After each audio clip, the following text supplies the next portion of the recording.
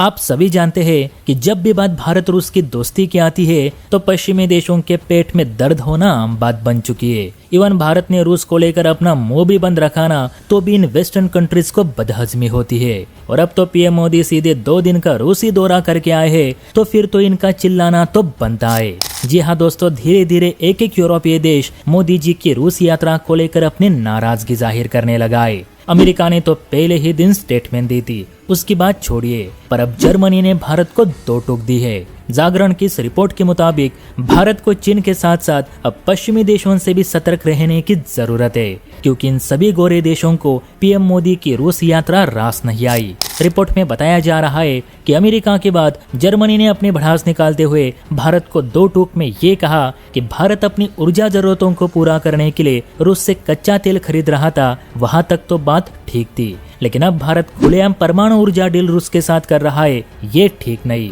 बल्कि भारत ने तो मिलिट्री लॉजिस्टिक पैक्ट भी रूस के साथ साइन किया, जो कि यूरोप द्वारा रूस पर लगाए गए प्रतिबंधों का सीधे तौर पर उल्लंघन है। जर्मनी ने यह भी कहा कि भारत को और छूट देना अब सही नहीं, क्योंकि वो एक हत्यारे देश के साथ दोस्ती निभा रहा है। पीएम मोदी ऐसे तानाशाही के गले लगे जिसने हजारों मासूम यूक्रेनी लोगों की जान ली है।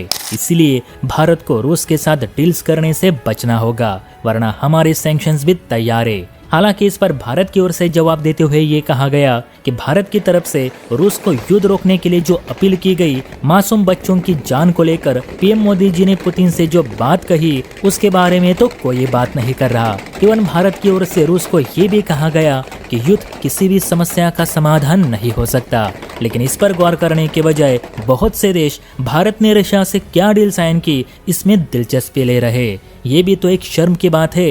वैसे सब यूरोपियन देश जानते हैं कि कनाडा इस समय खालिस्तानी आतंकियों का अड्डा बन चुका है, लेकिन उस पर तो कोई प्रतिबंध नहीं लगाता, इसलिए क्योंकि वो एक नाटो सदस्य देश है और भारत एक एशियाई देश। लेकिन ये मनमानी नहीं चलेगी। हमने अपनी जरूरतों को पूरा करने के लिए रूस के साथ न्यूक्लियर पावर प्लांट की डील की है, ना कि किसी देश को नुकसान पहुंचाने के लिए। इसीलिए भारत आपके प्रतिबंधों से डरकर अपनी जरूरतों को पूरा करने से नहीं रुकेगा और ये हमारा अंतिम फैसला है, क्योंकि इसके बाद भी रूस के साथ हमारी ऊर्जा संबंधित डील्स होती रहेंगी।